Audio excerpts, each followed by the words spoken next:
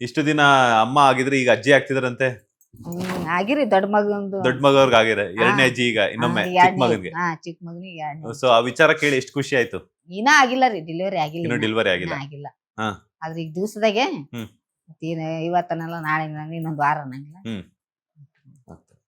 ಗಂಡ್ ಮಗು ಬೇಕಾ ಹೆಣ್ಮಗು ಬೇಕಮ್ಮ? ಯಾವ್ದಾದ್ರು ಸಂತೋಷ ಬಿಡು, ನಮಗಂತ್ರು ಹೆಣ್ಮಗು ದೊಡ್ಡವನಿಗೆ ಆಗ್ಯದ, ನಮಗ್ ಇದ್ದಿದಿಲ್ಲಲ್ಲ. ಯಾವ್ದಾದ್ರು ಚೆನ್ನಾಗಿ ಆದ್ರೂ ಸಾಕು. ಅಂದ್ರೆ ನಿಮ್ಗೆ ಇಬ್ರು ತಾಯಿ ಮಗ ಆರೋಗ್ಯ ಇದ್ರು ಸಾಕು. ತಾಯಿ ಮಗ ಆರೋಗ್ಯ ಯಾವ ಮಗು ಆದ್ರೂ ಯಾವ ಮಗು ಆದ್ರೂ ಸಂತೋಷ, ಹೆಣ್ಣಾಗ್ಲಿ ಗಂಡಾಗ್ಲಿ. ಈಗ ಕೆಲವೊಂದೆಲ್ಲ ಇರ್ತತಲ್ಲ, ಗಂಡ್ ಮಗು ಆದ್ರೆ ತುಂಬಾ ಚೆನ್ನಾಗಿರ್ತೈತೆ, ಹೆಣ್ಮಗು ಆದ್ರೆ ಆಸೆ ಇರ್ತೈತೆ, ನಮ್ಮ ಮನೆಗ್ ಲಕ್ಷ್ಮಿ ಬರ್ತಾರೆ ಅನ್ನೋ ತರ. ಸೊ ಆತರ ನಿಮ್ಗೆ ಏನಾದ್ರು ಇಲ್ಲ? ನಮ್ಗೆ ಯಾವ್ದಾದ್ರು ಇಷ್ಟ. ಯಾವ್ದಾದ್ರು ಇಷ್ಟ. ತಾಯಿ ಮಗು ಚೆನ್ನಾಗಿದ್ರೆ ಅಷ್ಟೇ ಸಾಕು. ತಣ್ಣಗಿದ್ರು ಅಷ್ಟೇ ಸಾಕು.